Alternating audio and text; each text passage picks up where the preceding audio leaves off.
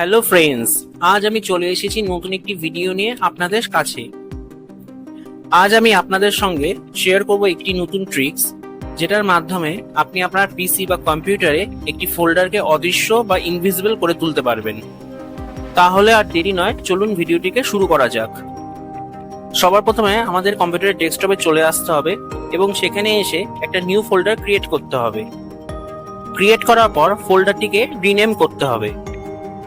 ফোল্ডারটিকে rename করবার জন্য আপনাকে অল্টার কিটাকে প্রেস করে রাখতে হবে, তার সঙ্গে আপনাকে প্রেস করতে হবে 0160 এবং এইটি করার ফলে আপনি দেখবেন ফোল্ডারের নিচে কোনো ফোল্ডারের নাম আসছে না। এরপর আপনাকে চলে যেতে হবে ফোল্ডারে প্রপার্টিসে যাওয়ার পর তারপরে আপনাকে কাস্টমাইজ অপশানে যেতে হবে।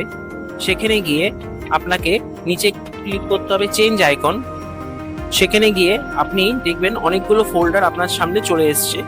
যেই দুটি ফোল্ডার ইনভিজিবল সেই দুটি ফোল্ডারের মধ্যে একটি ফোল্ডারকে সিলেক্ট করে আপনাকে নিচে ওকে প্রেস করতে হবে। তারপরে আপনি অ্যাপ্লাই প্রেস করবেন, তারপরে আপনি ওকে প্রেস করবেন এবং দেখবেন আপনার কম্পিউটার স্ক্রিনে ফোল্ডারটি ইনভিজিবল বা অদৃশ্য হয়ে গেছে। খালি চোখে কিন্তু আপনি ফোল্ডারটিকে দেখতে পারবেন না, তার জন্য আপনাকে কার্সারটিকে সেই ফোল্ডারের জায়গায় নিয়ে আসতে হবে এবং দেখবেন একটা হালকা একটা স্কোয়ার টাইপের বক্স আপনার স্ক্রিনে শো করছে। তাহলে আর দেরি নয় বন্ধুরা, আপনারা অবশ্যই এই ট্রিক্সটি আপনাদের কম্পিউটারে করে দেখবেন এবং আপনাদের মতামতটি আমাকে কিন্তু কমেন্টের মাধ্যমে জানাতে ভুলবেন না।